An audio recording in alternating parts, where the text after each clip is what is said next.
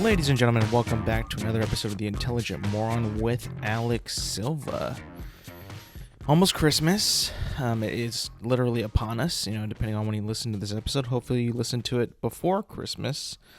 But we're almost there. It's coming up quicker than we thought. Shopping for me is finally complete. Had a rough patch with the shopping, but I think I've nailed all the gifts that I've had to get. Had to get some gifts that I probably wasn't planning to get, but just things happen. Sometimes you're set on a gift to get somebody, you realize you can't get it in time, or the store doesn't have it, and you're like, okay, I gotta think on the fly right now. What do I do now? How do I do this? Because like me, procrastination is part of my character, and especially during this time of year when you're trying to, always thinking, try to be ahead with your Christmas shopping and being like, you know what, I'm going to plan better this year. Why not?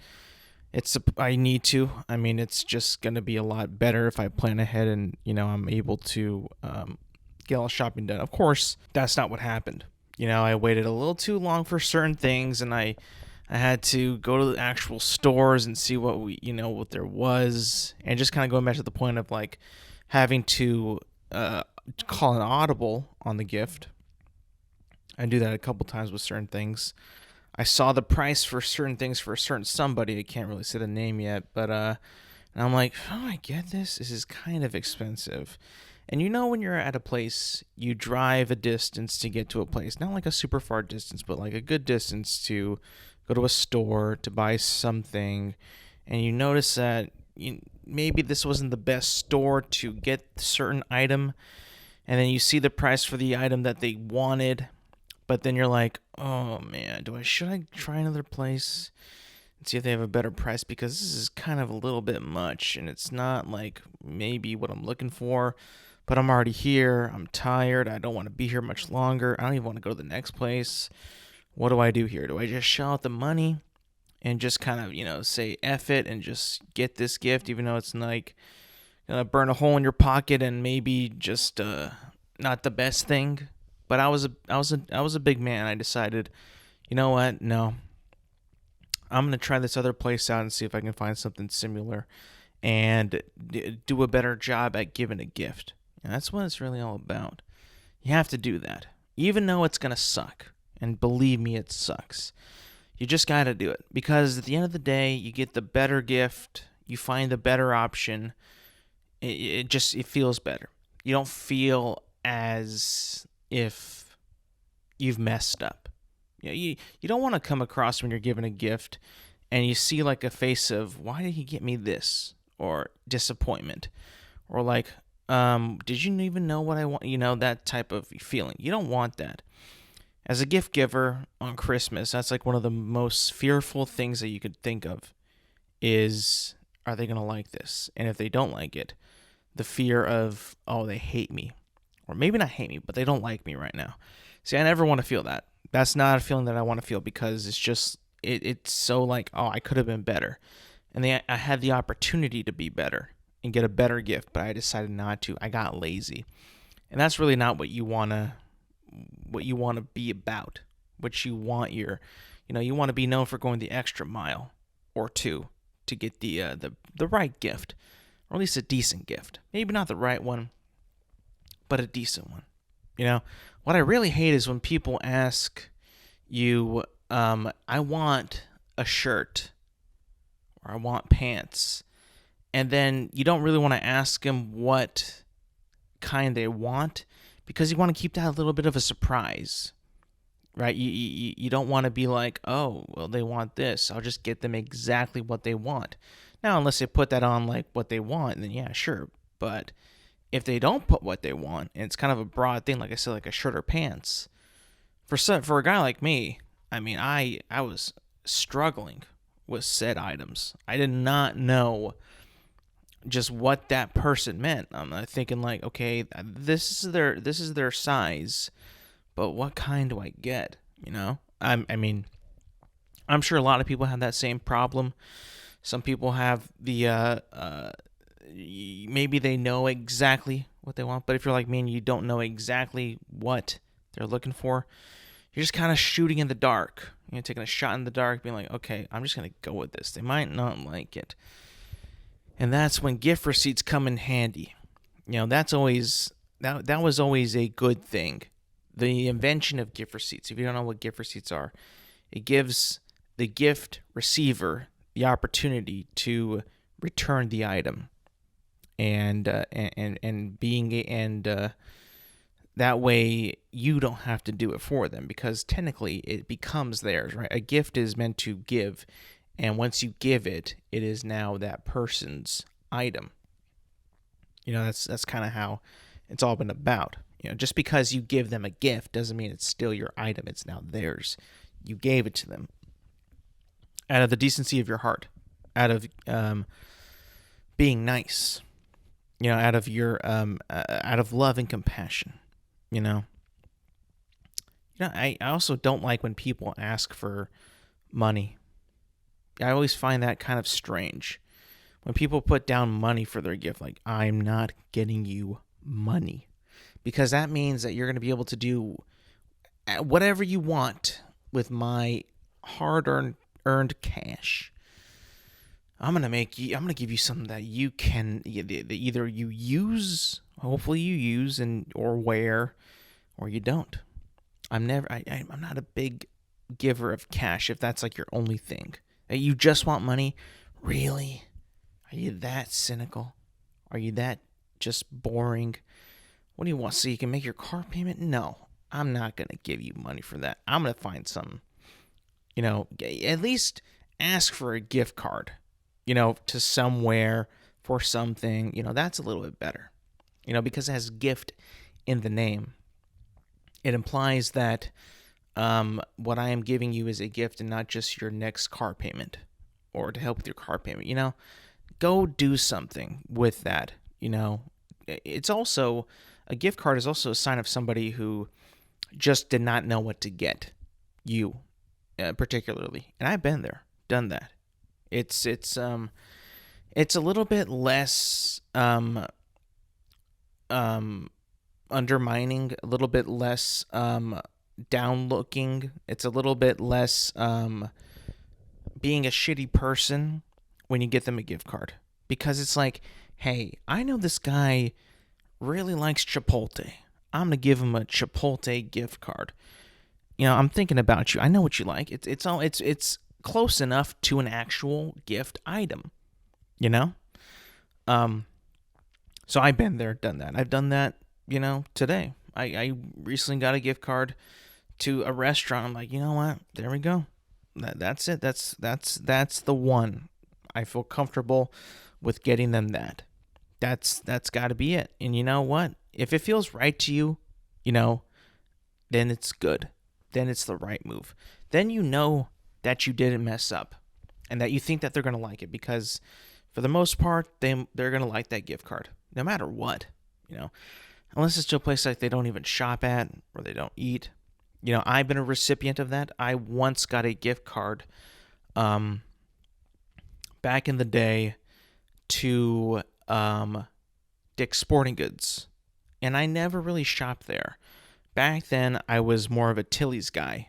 That's where I shopped, and I liked the apparel that they had at Tilly's. And when I got a Dick's Sporting Goods one, I'm like, what am I gonna buy here? Cleats, a bat, Obviously, when you grow up and you learn that Dick's is not just about sports, it's got like athletic-looking apparel. It's got some pretty cool brands like Nike, Adidas, Puma, all that stuff. And those brands, while they are very centric and essentially catered to athletes, they got some pretty cool stuff that's not for athletes. For one, Nike makes some pretty cool shoes. So does Adidas. If you're a fan of Adidas, like myself, and you want a nice, fresh pair of kicks, a new pair of wheels for yourself, and you don't want like athletic shoes, you don't want jogging shoes, you just want some hip, cruising shoes for yourself, going out with the friends, going to a bar, the club, wherever you're going, right? Parties. I cannot recommend more, and they should be a sponsor, Adidas Superstars. Those shoes, man, are so cool. I mean, the design, the look, if you get white or black, it doesn't matter. I'm a big fan of the white ones just because I think the white finish is so clean with the black stripes. It's just a beautiful shoe. Beautiful shoe. I rock them till this day. It's just it's that's perfect. Adidas really nailed that casual looking shoe, and I'm like, oh, this is just beautiful. This is art at its finest. Never really been much of a Nike guy in terms of shoes. I like their shorts, I like their shirts, but in terms of shoes, I'm more of an Adidas guy. And I know people like the Nike SBs, the Blazers. They've definitely upped their game up in the shoe game in terms of casual shoe, right? I just feel like there's more history and more recognition with Adidas shoes. I just feel like that. That might just be my bias, but it could be just I like that look more. There's really nothing you can do wrong with a pair of Superstars. They just look clean all the time. I still have mine. I got them for last year for Christmas, and I only wear them on special occasions. I don't like going out when I know it's going to be a little rocky out there, maybe a chance of getting them dirtied, because again, they're white shoes, and white shoes, you have to treat them like a newborn baby. You don't want them to get any dirty whatsoever. I mean, it's just they're precious. They are precious shoes, right? And then not just because they're white shoes, they're Adidas white shoes. You got to really be careful with them. And listen, I have been a victim one time. I went to the mall. This was a couple years ago. I believe it was before COVID. So let's say 2019, I was shopping, Christmas shopping, I think. And I had a pair of Vans shoes that had been through the ringer. They weren't very nice. They were kind of ugly, I'll be honest. And I made a mistake and keeping those shoes along for way too long. Why? Because I was too lazy to buy new shoes. I didn't care about my foot appearance. I didn't give a shit about that. I just put them on because they got me from place to place. And that was a mistake because I walked, in the mall, they got the vendors in the middle of the stores. Whether it's a phone case vendor, sweatshirt vendor, food vendor, there's always the shoe care vendor, where these guys try to, scam you, not really scam you, but get you to spend money on something you probably weren't looking for. That's kind of like what those vendors are made for. Like, you're not going to go to the mall, be honest, you're not going to go to the mall with the mentality to go buy a purse or a backpack or shoes or like clothes, right? You're not going to go there thinking, hey, I should probably get a phone case. This guy's got some pretty notable branded phone cases, and he's right in front of me. Why don't I just get one because I hate the one that I have? That wasn't your plan. And if that, why not just go to Best Buy or the Apple Store at the mall and get yourself a phone case there? Maybe even a better quality one there too, because sometimes the phone vendors, there with their phone cases, the phone case vendor, they don't got the best looking cases. Some of them are pretty cheap looking. They might have like an OtterBox or two, probably jacked up the price because it's a vendor. It's some just like really stupid looking cases, and like you'll probably get suckered because, well, it's right in front of you. Why not just buy it now? I'm not looking for it. That's called like the impulse merchandise. It's like, I don't need it, but I kind of feel like I need it. You know, that's what's so dangerous about going to the mall, people, is these vendors. And how I got suckered in was some guy said, "Hey, bro, your shoes looking kind of whack. Mind if I touch them up a bit?" I said, "Yeah, go ahead, sir." I sat down in the chair and he scrubbed away my shoes. I gotta admit, they looked like new. I can't deny it. I can't deny him. He did a good job. And then what did I do? Or what does he do? He said, "Yeah, this is gonna cost you," and he pointed at the box of shoe cleaner and a brush. "It's gonna cost you around $46, Chief." As if I agreed to purchase the item. I didn't know what to do. I just said, "Okay, here you go," and I bought the shoe cleaner right then and there. He suckered me into buying a case of shoe cleaner. I couldn't believe it. I was just like, I just got scammed. I didn't need this. I don't even look at my shoes to see if they're beautiful or if they're good looking shoes. They weren't. They're old. They were like 2.5 years old at that point. And I got scammed into buying a $46. With tax, it ran up to like 48, something like that, in shoe cleaner that I have not used once to this day. Every time I go to the mall, I always think these shoe guys, they're going to be super aggressive. I must resist, because if I don't, I'm going to end up spending more money than I needed to, and I'm going to be angry at that. So my advice for that is to just keep walking. Don't stop, And ever since then, cleaning the shoes, I've always wanted to go back into the mall, and I do go back into the mall with some pretty clean shoes, right? Whether it be a pair of new Nikes, new Adidas, new Vans, you have to walk in with some clean shoes, or else they're never gonna stop asking you to clean your shoes. So, a bit of advice. Find a pair of shoes that's nice.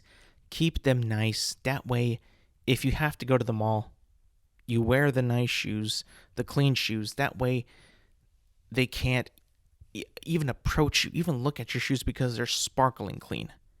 And I've been wondering, because my Adidas have gone a little dirty. Yeah, a little dirty. Just a little bit. I've wanted to look up to how to clean them, because I'm not sure how. And I don't want to mess it up either, because if I just take soap and water, like some shoes, that works with, I don't know about these shoes. I would have to do my own research and find out what I have to do with these shoes, because I want to keep them as new as possible, as fresh as possible, because these are pretty penny shoes. Like, I got them as a gift, but I looked online. They're pretty expensive shoes, and I'm just kind of afraid of, messing them up. And you're probably saying, like, "Alex, they're just shoes. You can buy another one." Well, yes, I could. But if I maintain these ones, keep them looking fresh and fly, I wouldn't have to buy another pair. You see what I mean? To me, it all comes back to money. And I know when I bought the shoe care, that wasn't my mentality. That's back when I didn't care what was on my feet. Now I do care what's on my feet. I guess it's just, growth and development. That's what happens when you get older. You kind of, you want to look better. Back then, I didn't care what I wore. I didn't care what I looked like. I was always just a dude with jeans, okay shoes, and a hoodie in like the fall/winter time. Spring, shorts, shoes, a t-shirt, maybe flip-flops if I'm feeling frisky. Now I feel like I gotta change up my entire appearance.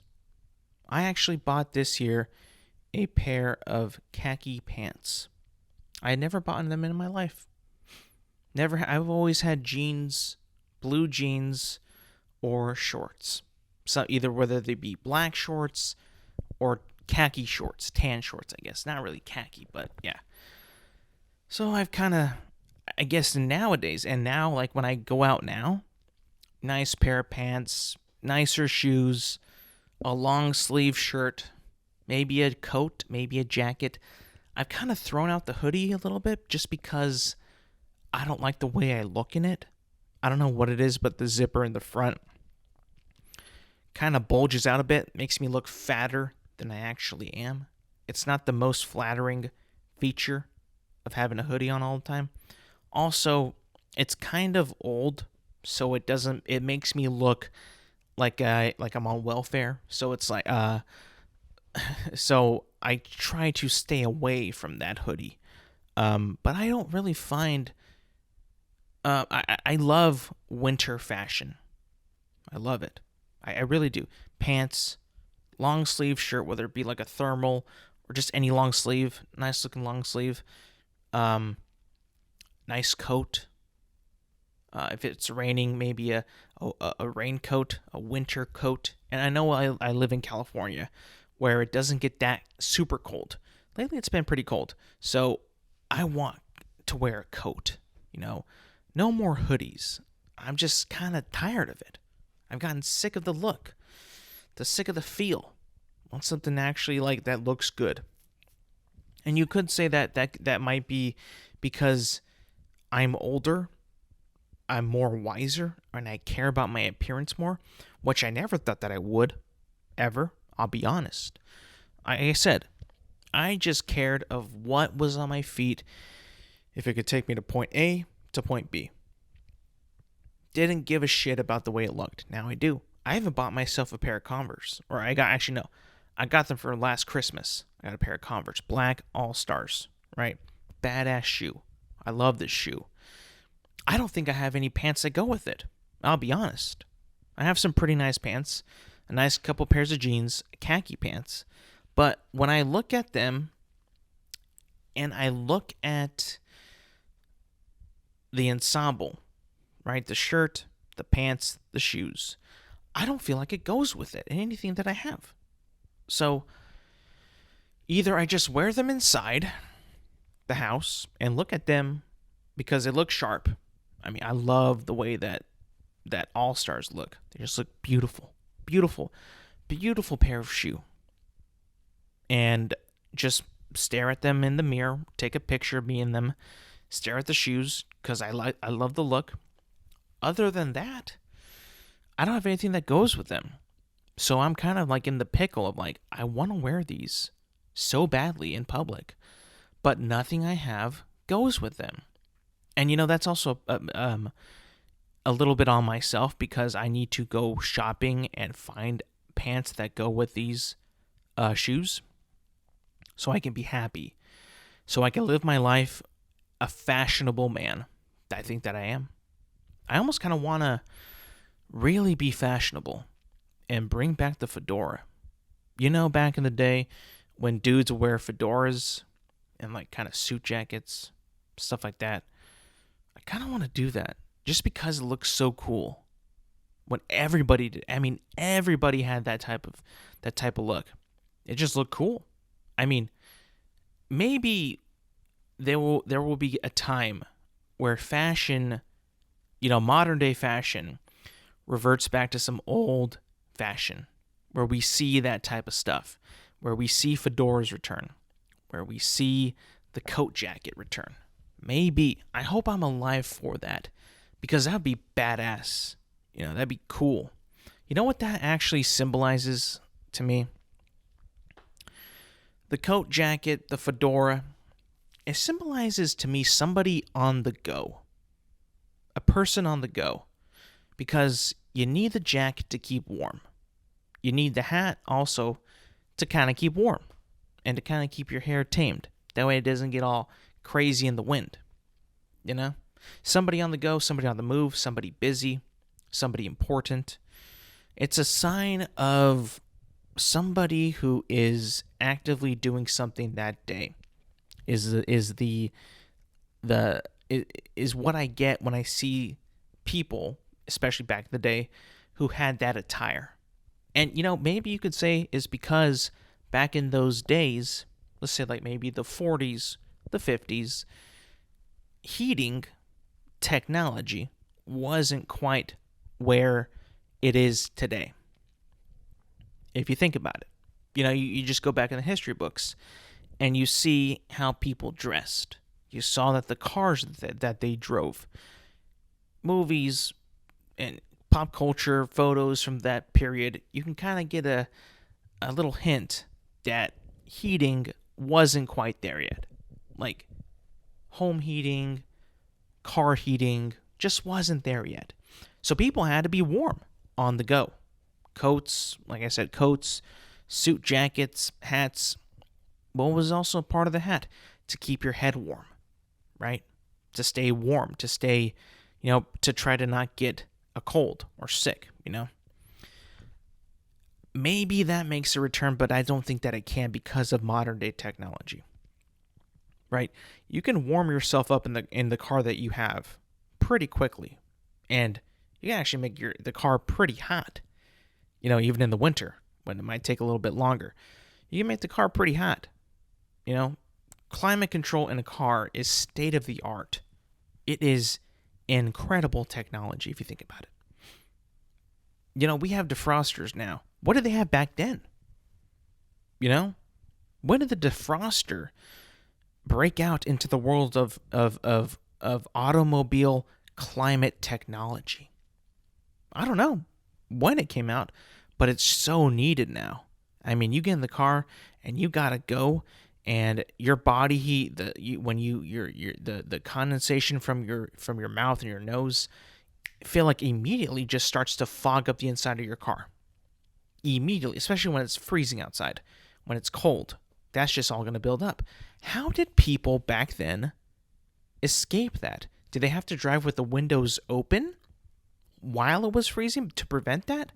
I have no idea. The films, the movies, the TV shows back then, they don't do a good job at presenting the time period, how people actually got around with no heat and no defrosters.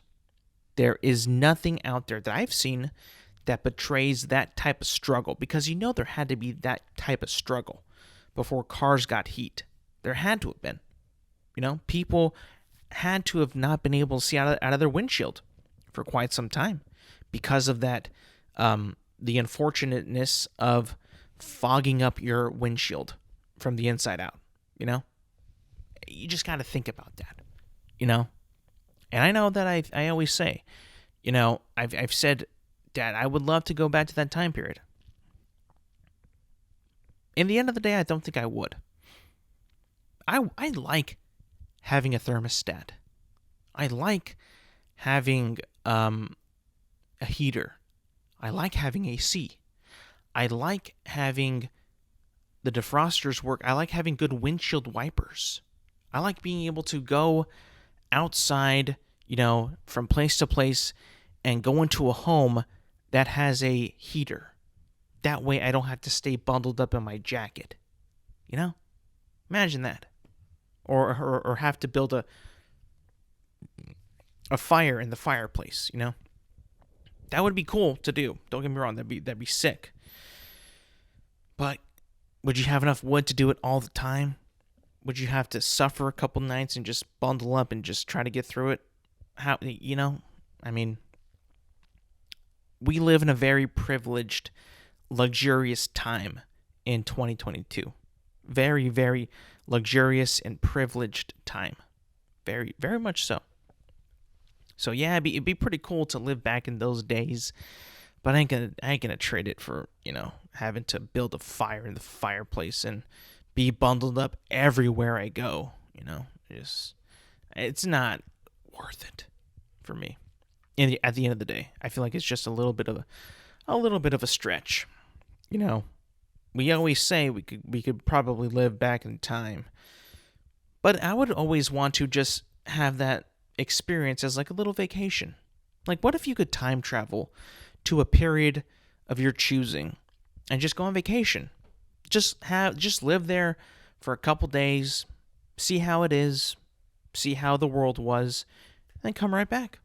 Not messing up with the space-time continuum, not messing up with the future, just a brief time-traveling vacation, just to see what it was like.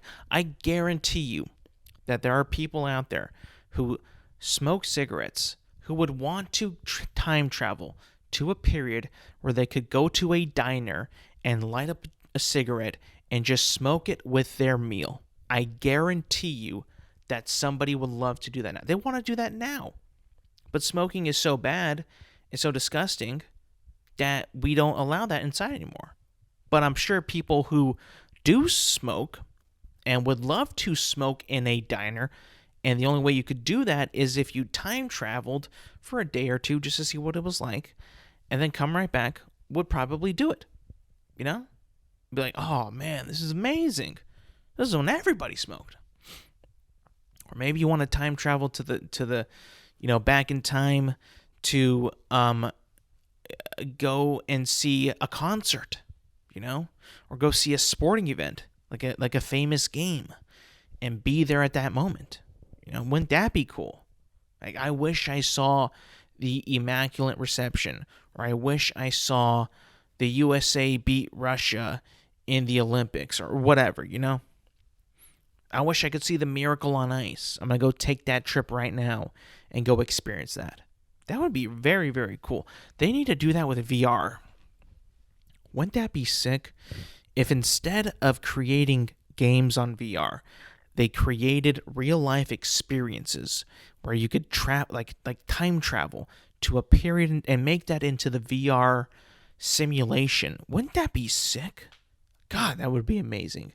Like, what if there's a game or an experience called just like the Roman period, where you put on the headset and you can either move around in the cobblestones of Rome, or you can sit down at a nice I guess place of eating in Rome, whether that be a table, a diner, a hall, a dining room, whatever that may be, and just kind of look and see what it was like back then. Like, get a legit historian to help create the experience and then put that in VR. Wouldn't that be sick? God, that would be amazing. Or what if you can get like a VR experiencing like a concert? Like, I want to go see Jimi Hendrix.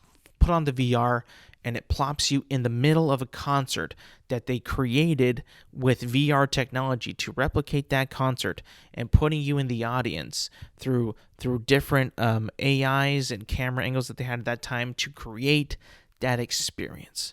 Wouldn't that be sick? That would be awesome. That'd be great. By the way, that is my idea. TM. Message me.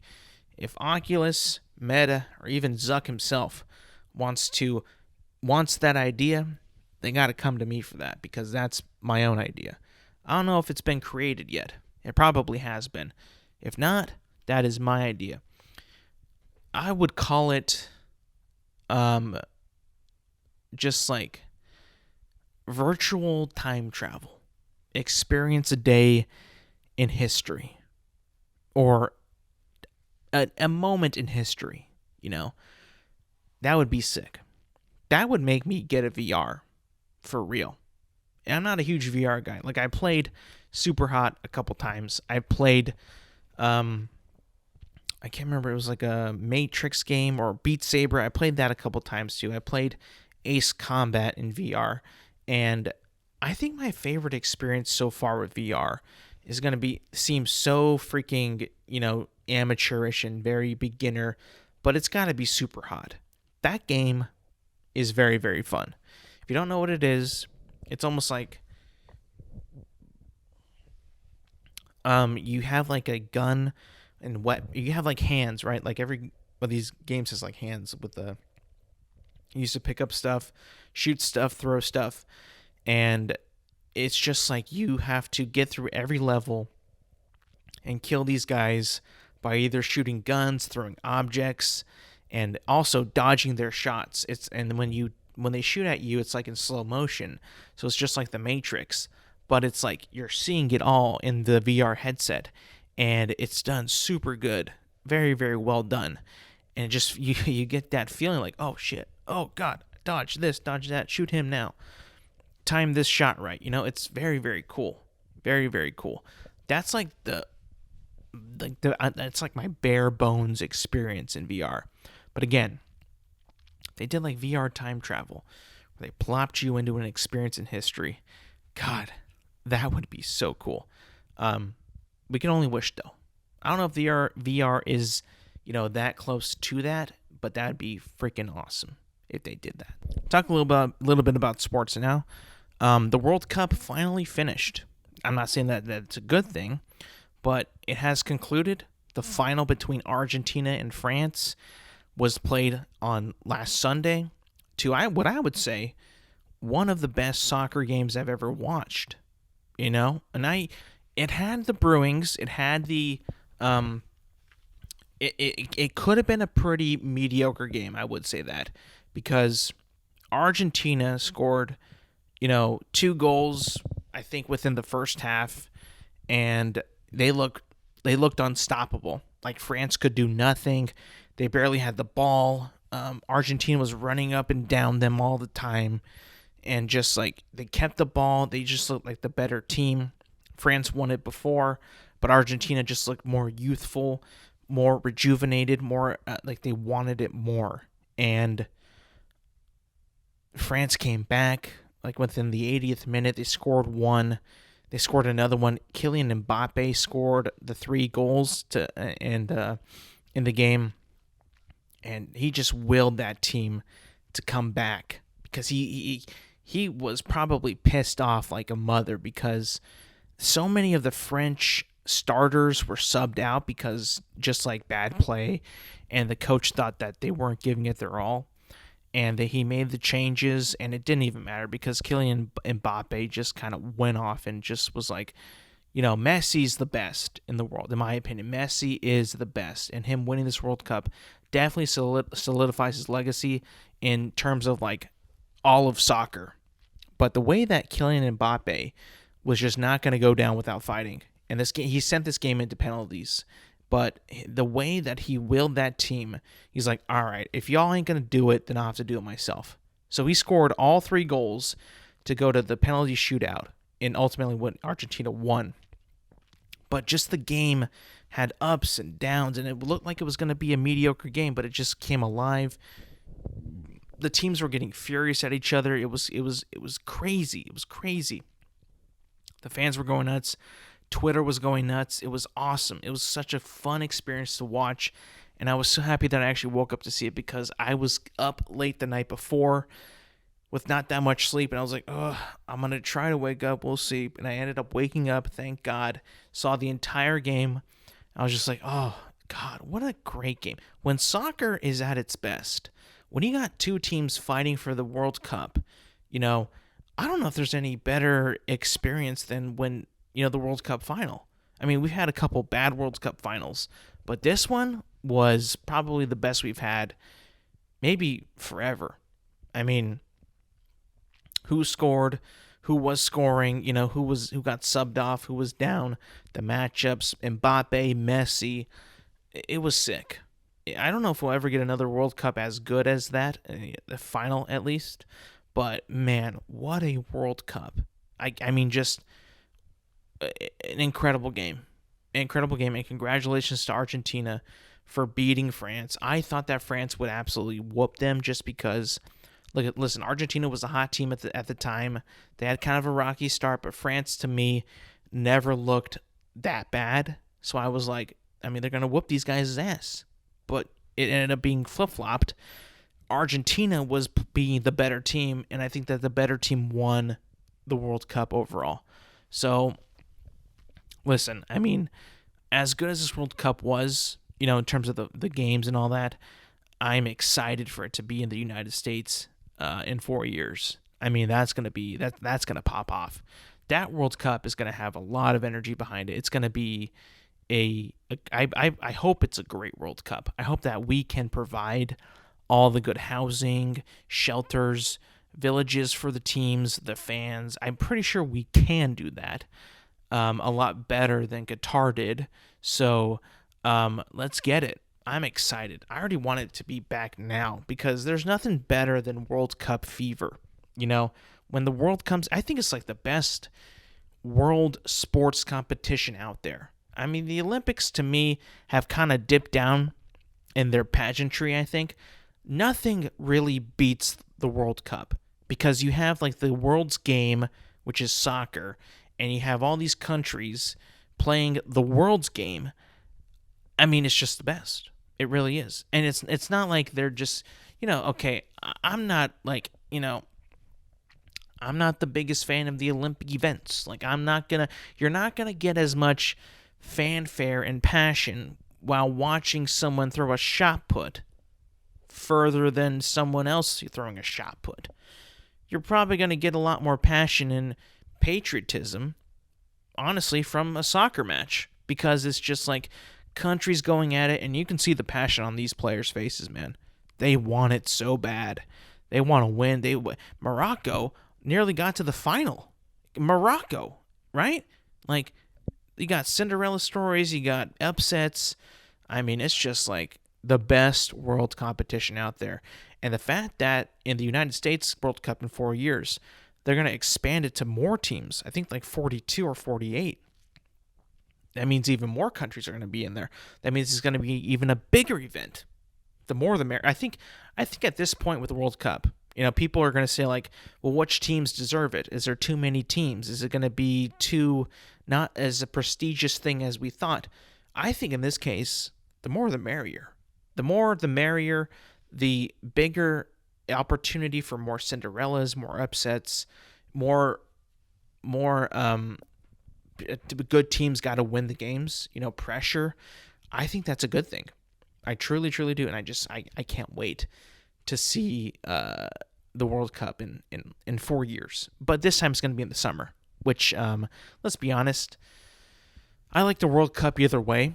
I'm going to watch it either way, but I just didn't feel as special knowing that there was football and then basketball and other sports kind of like taking a little bit of the thunder.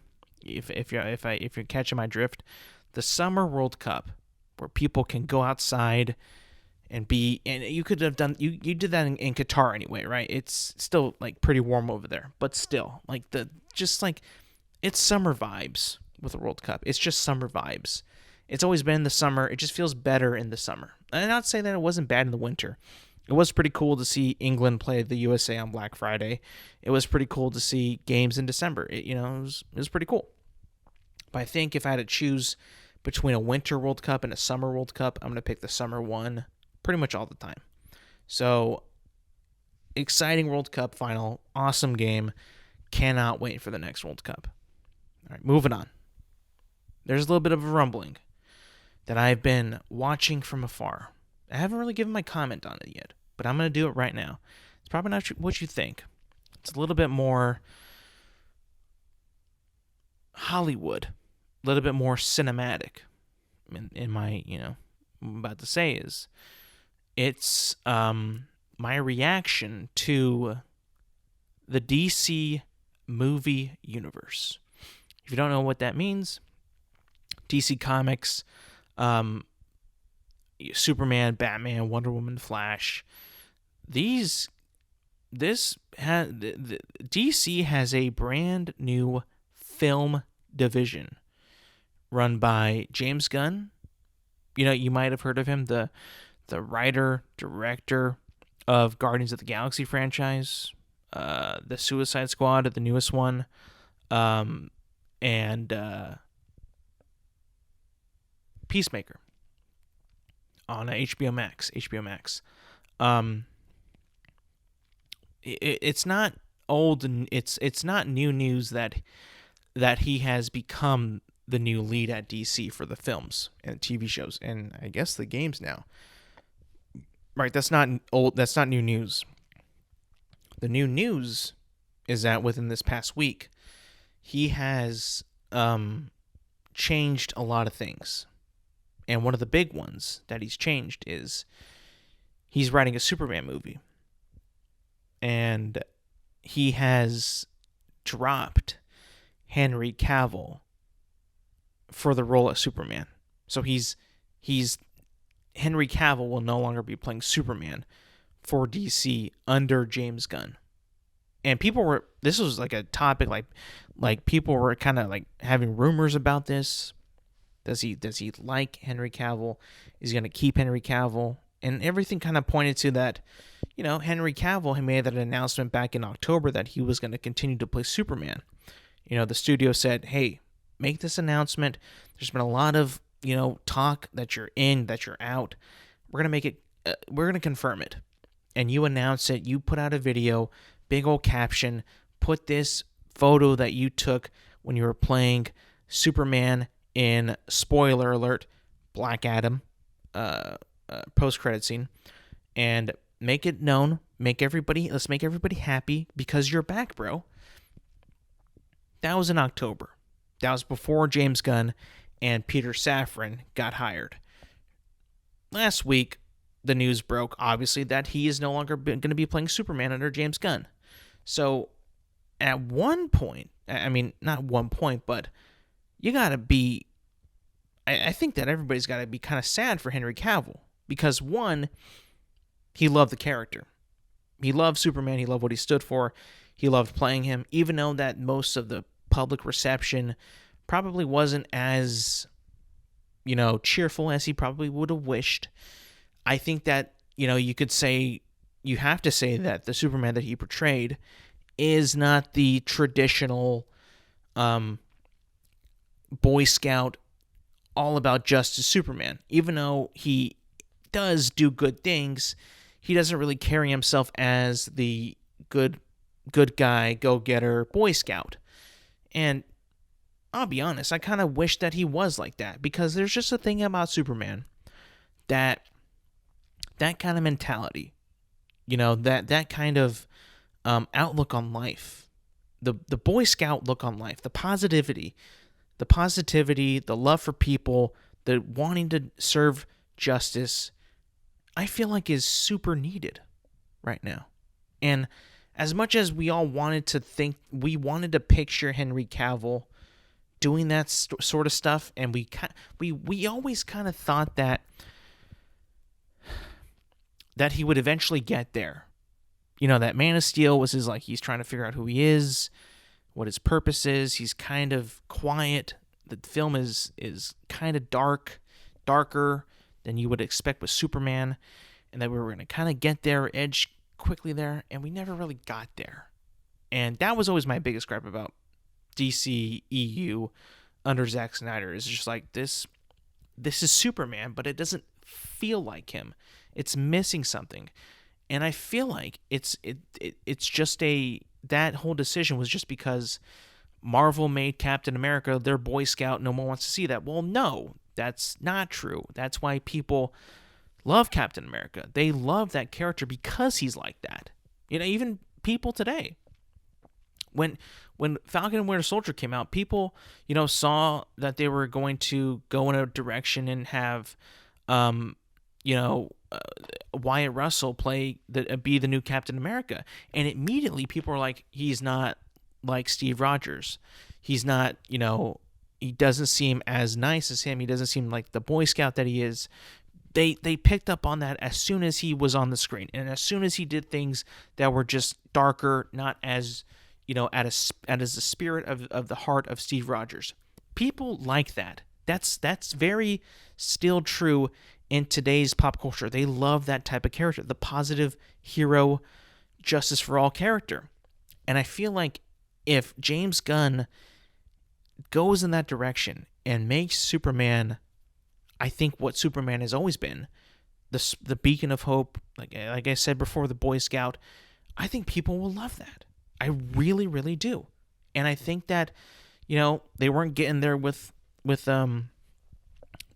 Zack Snyder's universe that he started, so he thought that he just had to wipe it clean, And of course, with that, he wanted to go in a different direction with Superman. He said that he wanted to go like a little bit younger. So obviously Cavill, being older now, was going to be gone. And, I mean, it was a sad day. It sucks. But if Gunn is able to tell his story and hopefully bring a badass Superman, to to the big screen, I mean, I think we have to at least see what he does, before we could fully be like, fuck that guy.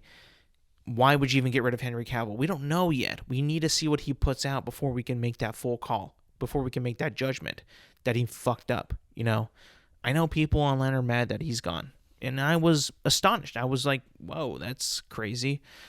I thought he looked pretty good as Superman, but ultimately it's not a part of his vision, and Warner Brothers hired this guy to put them in a different direction. It also probably doesn't help that, the Snyderverse or the movies that DC was making at the time, let's be honest, they didn't make that much money as they probably would have hoped. I think their highest grossing movie for DC is still Joker, and that's not even really like some of the big players that they have in the DCEU, like Superman, Batman, and Wonder Woman. Those movies have not really resonated that well with audiences, whether that be because they're brainwashed by Marvel or they're just not that good. I can't really point to what it really is, but I think that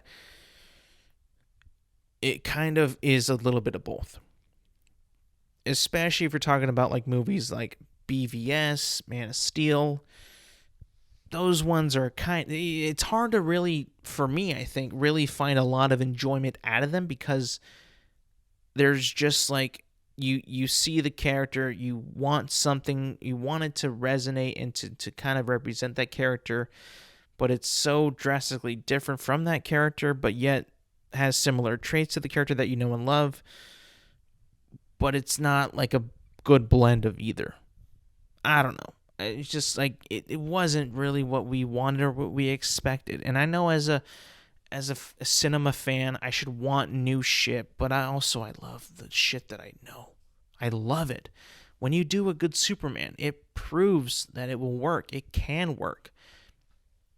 You just got to have a good story behind it. You just got to have a good story, a good plot, good characters, and just motivation for it.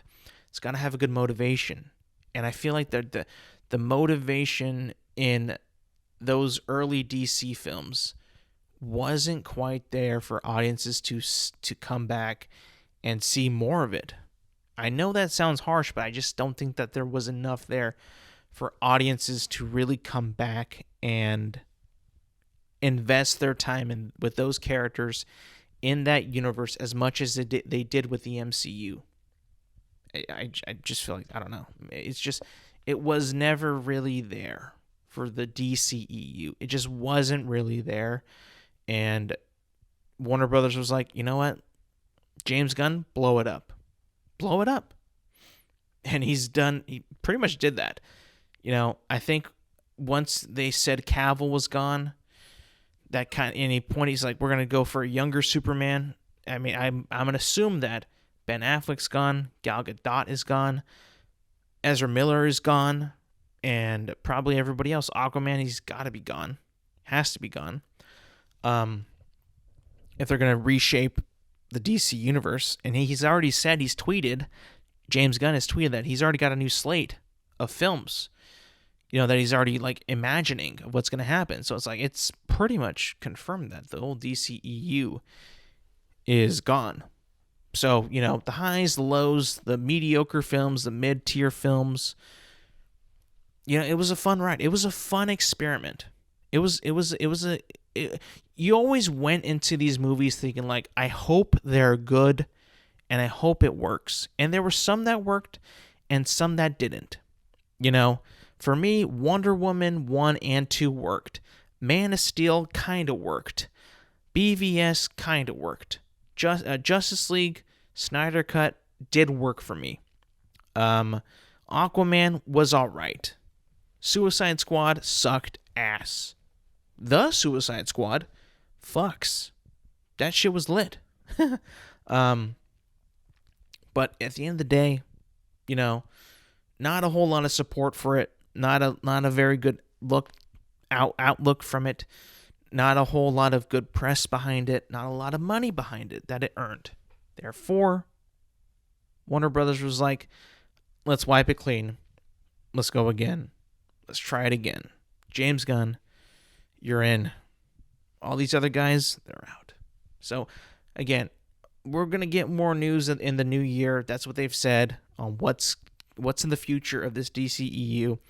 I'm pretty sure that James Gunn has said that he's been writing the Superman film for a while and that they're moving forward with it pretty quickly to get it casted and get it out there, because he said that Superman is like their biggest priority, that they need to make Superman work. Because let's face it, as much as we like the look and appeal of Henry Cavill's Superman, I don't think that, mass audiences would say the same. I think that they would be like, he's okay, or he's not the best. Unfortunately, he can talk about all the love and passion he has for the character.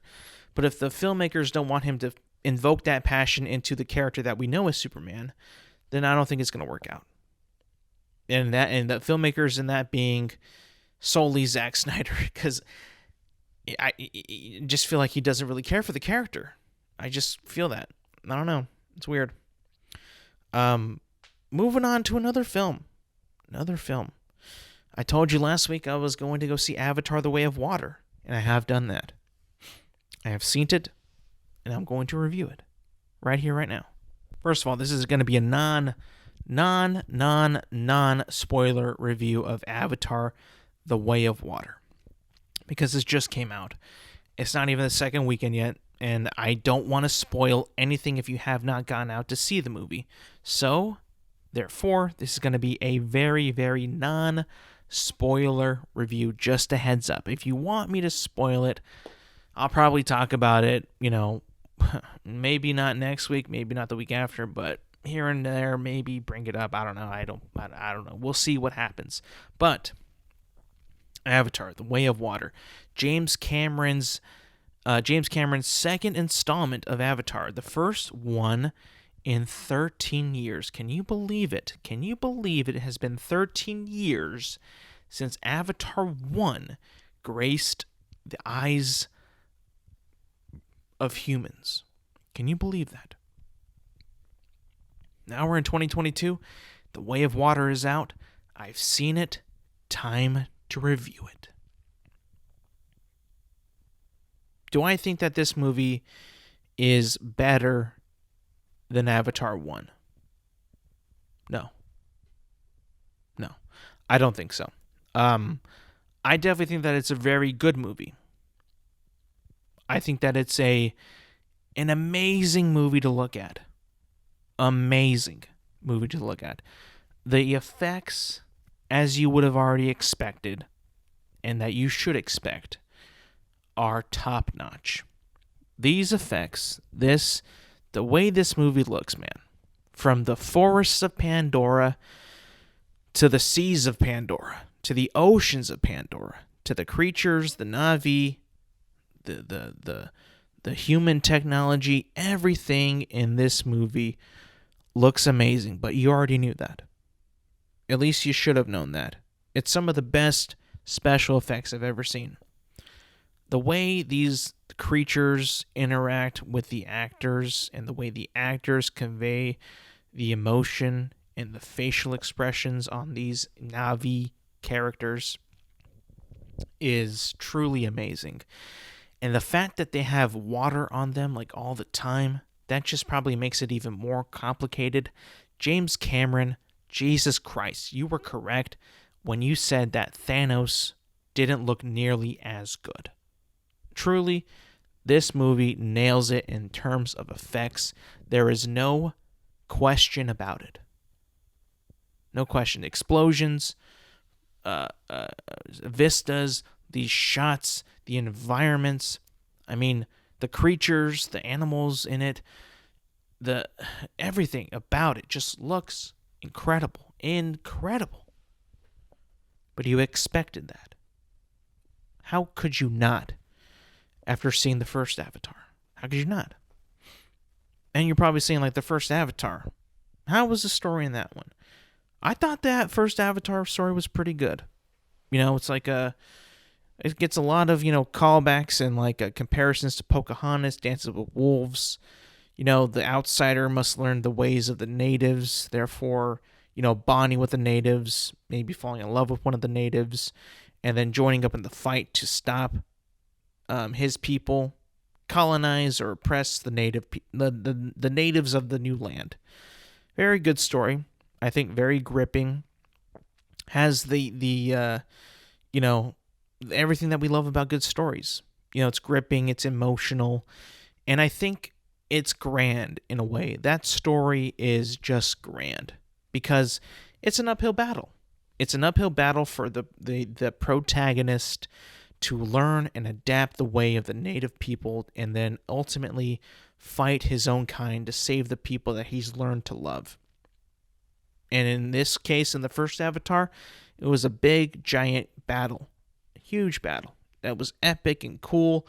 And you knew the enemy immediately. It was the humans. They were always the enemy. Humans versus the Na'vi. It was just like, yes, this is it. This works. This is good.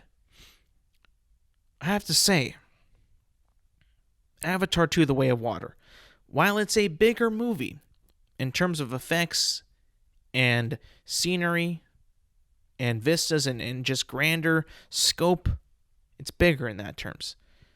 However, the story is much, much, much smaller. Much smaller. Smaller than the first one. Way, way smaller in my opinion. That doesn't mean that it doesn't have any emotional impact, because let me tell you, I got pretty close to tearing up in this movie. I gotta say, it was pretty brutal at some points. Pretty brutal, pretty emotional. It definitely got me. The performances were really good. I think that Sam Worthington plays Jake Sully even better than he did in the first film. Way better. You can see his arc, his character arc, how he's changed, how he's different, how he approaches things different now. He is completely different from when he was in the first film. Completely different. But the story, to me, and then the other side plots in the movie, to me, are not as strong as they were in the first movie. They just weren't as strong for me. I just think that when you look at Avatar: The Way of Water, and it's very family-centric. It's about Jake Sully's family and about him really protecting his family, and that he will go to, all this trouble to protect his family. A lot of that is, for me, drawn out quite a bit, that it's just him protecting his family. And I think that while it's a good story, and it's cool to see that he has kids now, that they're learning things from him and the mom Neytiri and all that stuff, and you feel their struggle and how they need to survive and be protected. I think that it can only go so far as we get the point. What else you got? What else you going to show me?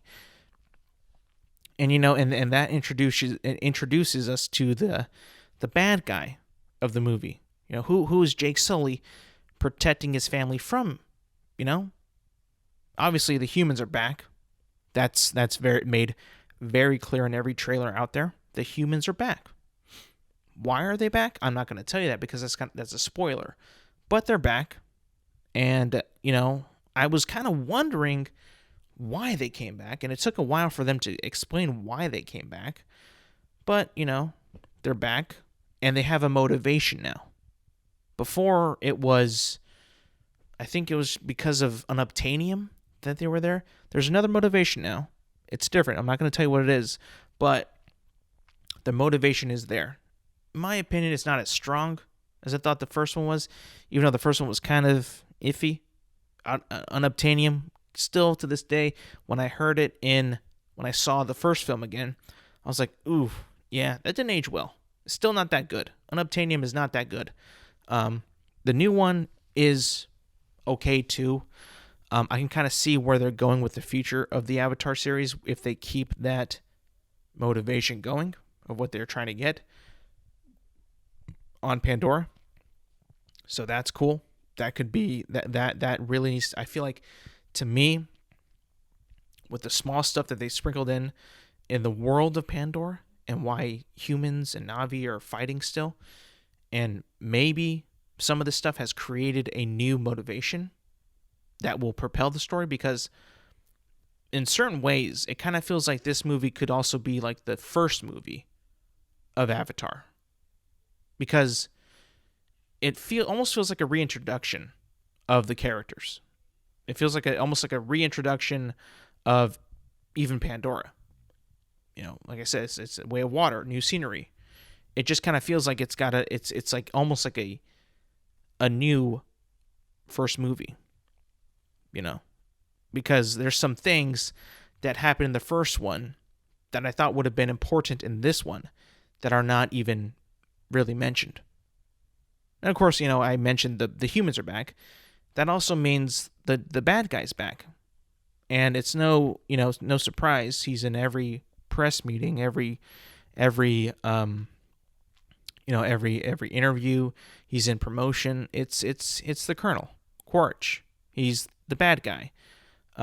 Obviously, if you've seen the marketing, if you've seen the trailers, if you've seen interviews, he's in this movie.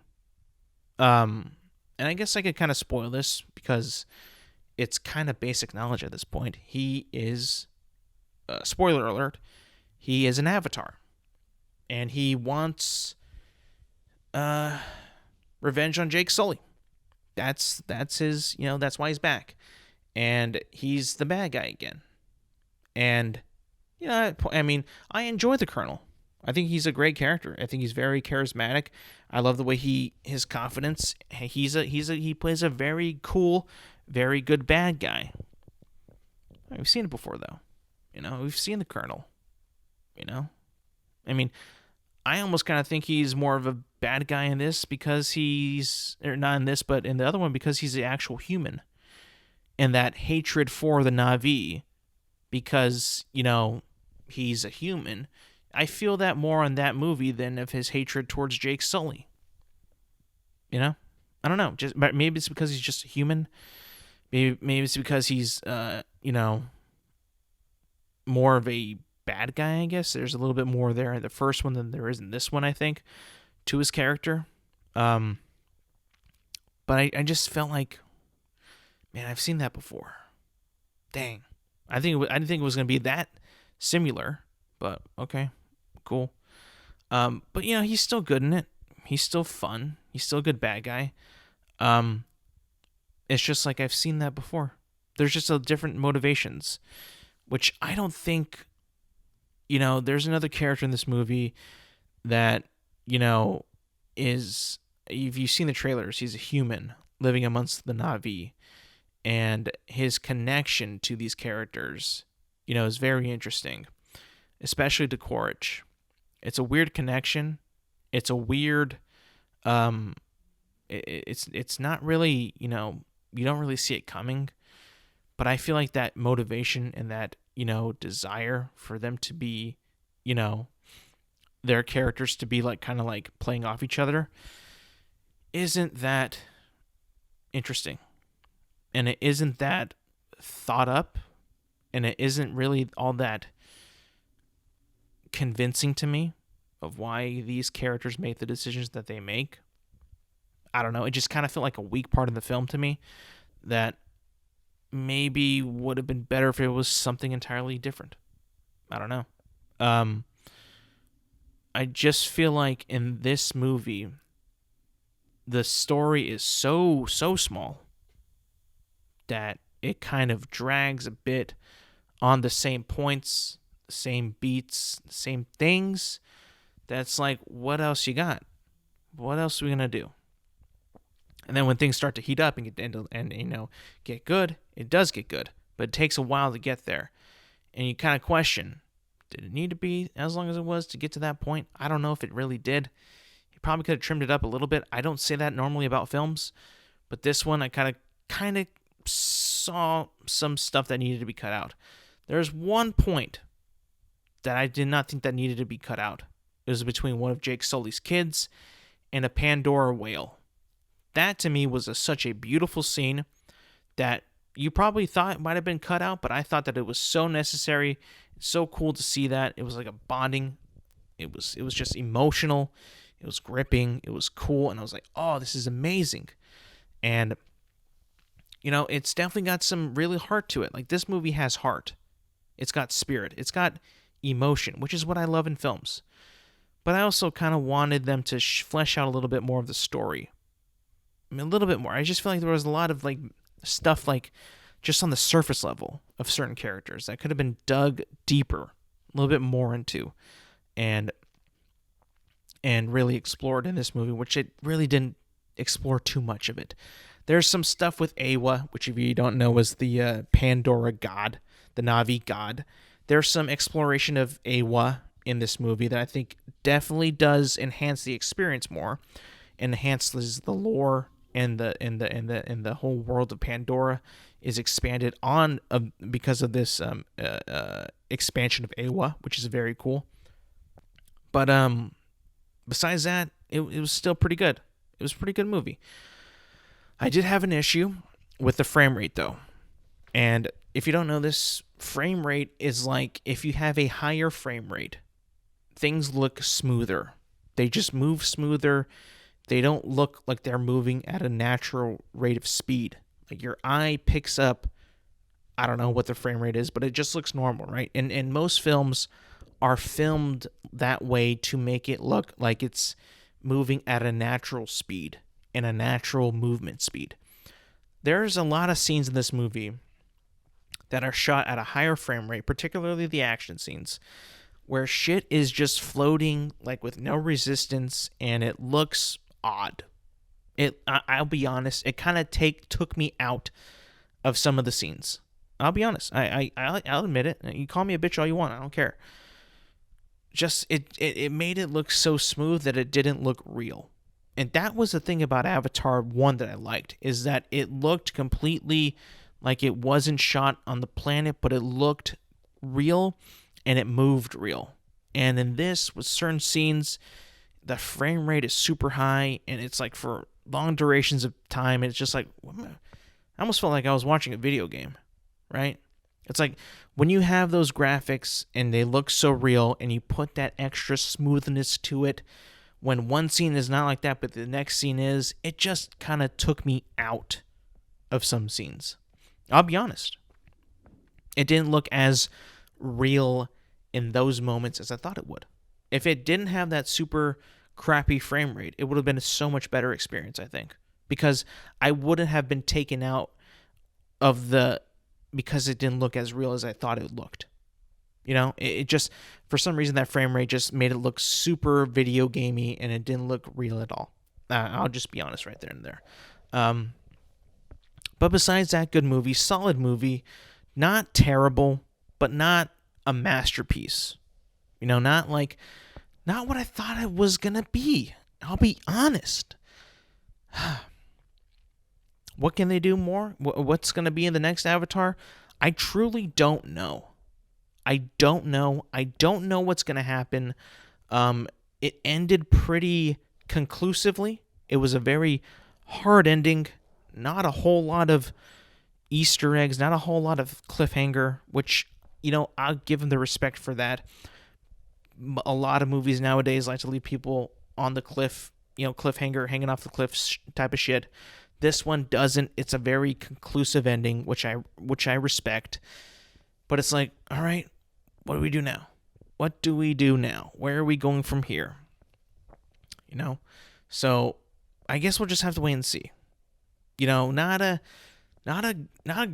fantastic movie. Not a super like it broke me type movie. Not like a movie where I was like super like pumped up. I was super like, yeah, let's go.